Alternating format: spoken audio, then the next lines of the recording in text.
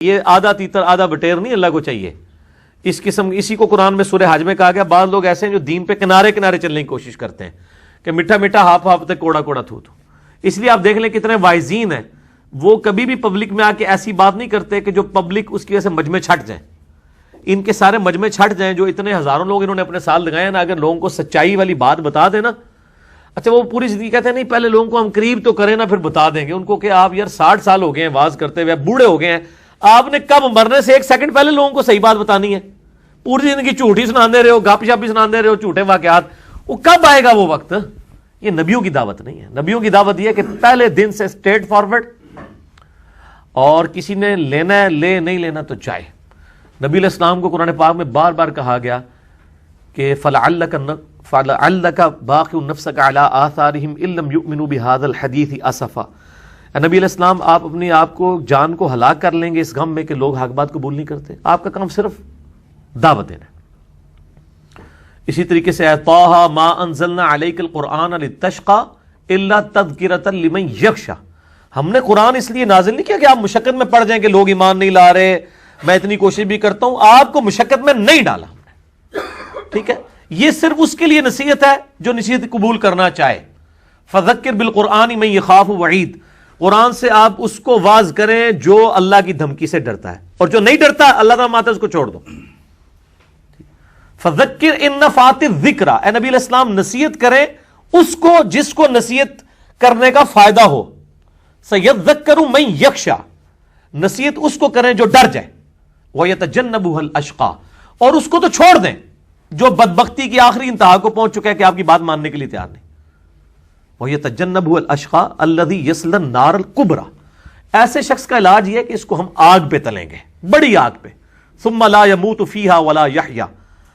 وہاں پہ پھر نہ وہ زندوں میں ہوگا نہ مردوں میں. بھئی قرآن تو میں بتا رہا ہوں کہ ننگی تلوار ہے. قرآن تو کہتا ہے مانتے ہو مانو, نہیں مانتے ہو تو وہ دوزخ میں جا رہے ہو. یہ بات اگر آپ عوام سے کریں وہ کہتے ہیں بڑی سخت باتیں. وہ اس لیے کہ عقل نہ ہوئے تھے موجہ ہی موجہ. قرآن پڑھا کوئی نہیں ہوا, ان کو پتہ ہی نہیں ہے کہ قرآن میں جو اللہ نے اپنا تعارف کروایا ہے. میں آپ کو اپنا پرسنل ایکسپیرینس بتاتا ہوں. میری جب 2005 میں شادی ہوئی تو انہی دنوں میں ایک ہمارے گھر کے پاس ایک مدرسہ تھا. تو اس مدرسے میں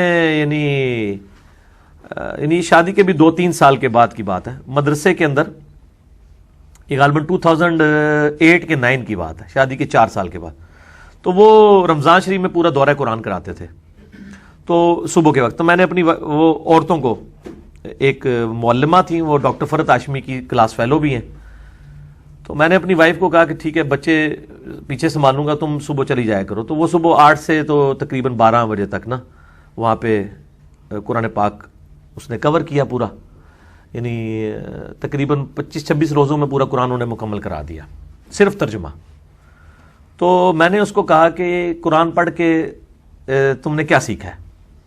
تو نمازیں تو پہلے بھی پڑھ رہی تھی, دین پہ پہلے بھی عمل کر رہی تھی. اس نے کہا جی میں نے ایک چیز سیکھی ہے کہ جس خدا کا تعارف مجھے میرے معاشرے اور میرے ماں باپ سے ملا ہے نا, وہ خدا وہ نہیں ہے جو قرآن کے اندر ہے. قرآن کا جو خدا ہے یہ کوئی اور ہی ہے. میں نے کہا کیسے؟ اس نے کہا ہمیں تو بتایا گیا کہ بھئی کوئی اللہ ایک بوڑھی نانی اماں ہے, اس نے یہ شغل میلہ لگایا ہوا ہے, اینڈ پہ سب کوئی چھوڑ دے گا. جبکہ قرآن تو دھمکی سے سٹارٹ ہوتا ہے, دھمکی کے اوپر ختم ہوتا ہے, اور اس میں کلیئر کٹ کہتا ہے کہ مانو گے تو ٹھیک, نہیں تو ایسی کی تیسی پھیر دوں گا.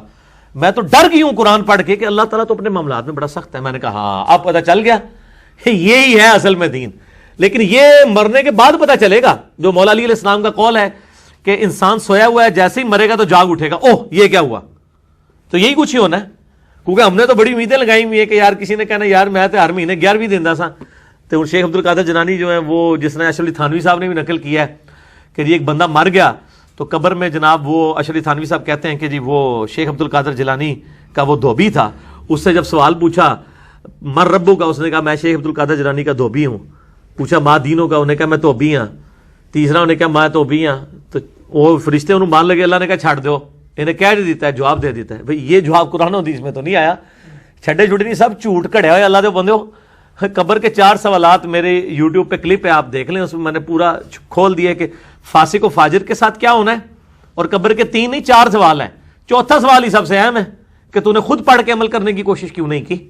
اور اس کے بعد پھر ایک گرز لگے گا, اور وہ گرز ایسا ہوگا کہ جن و انس کے علاوہ تمام مخلوقات اس کی آواز بھی سنیں گی. ٹھیک ہے, لگ پتہ جائے گا, پتہ نہیں لگے گا, لگ پتہ جائے گا. اب لوگوں نے بس ٹھیک ہے وہ کچھ بھی نہیں ہونا جی, وہ تو ہم تو بس نسبتیں کام آئیں گی. احمد بریلوی صاحب فتاوی رضویہ میں لکھتے ہیں کہ ان سے پوچھا کہ تقلید کرنا کیوں ضروری ہے. اب اس کا جواب تو کتاب و سنت کے دلائل سے ہونا چاہیے تھا. انہوں نے کہا اس لیے ضروری ہے کہ ایک امام مالک کا مقلد تھا, جب وہ فوت ہو گیا تو جب اس کو دفنایا گیا تو اس کو قبر میں فرشتوں نے جب سوال پوچھے تو اس کو جواب نہیں آ رہے, تو امام مالک قبر میں تشریف لے آئے اور انہوں نے اس کی طرف سے اس کو جواب بتا دیے. اس لیے مقلد ہونا ضروری ہے. یہ کس نے کیمرہ فٹ کیا ہوا ہے؟ وہ اللہ دے بندو, کسی وڈے تے وڈے امام نو بھی قبر کسی نے کھنگن نہیں دینا, ادھر تے حالت ہی کوئی نہیں ہونی. ٹھیک ہے, کہ جائے گا کسی کی قبر میں پہنچ جائے گا, سب کچھ جھوٹ ہے. تو یہ ہوائیاں اڑ جائیں گی مرنے کے بعد, پتہ چل جائے گا کہ جناب یہ, وہ کہتا ہے جی پتہ لگ جائے گا کہ آگے جا کے پتہ نہیں لگنا, تو انہوں لگ پتہ جانا ہے. ٹھیک ہے, لیکن اس وقت ایک بندے کو مرنے کے بعد پتہ چلا کہ غلام احمد قادیانی دجال تھا, اب وہ کہ یا اللہ مجھے دنیا میں دوبارہ بھیج دے, میں دوبارہ اپنے آپ کی اصلاح کر لوں. نہیں, میرا بھی مسئلہ 196 بھی ریکارڈ ہوا ہے اسی کے اوپر. اس کا عنوان ہے کاش میں دنیا میں واپس جا سکتا. سورہ سجدہ کی میں نے آیت نمبر 12 سے 22 تک 11 آیات میں رکت انگیز فکر آخرت کے اوپر لیکچر ہے, اور میں نے کافی ساری چیزیں اس حوالے سے ڈسکس کی ہیں.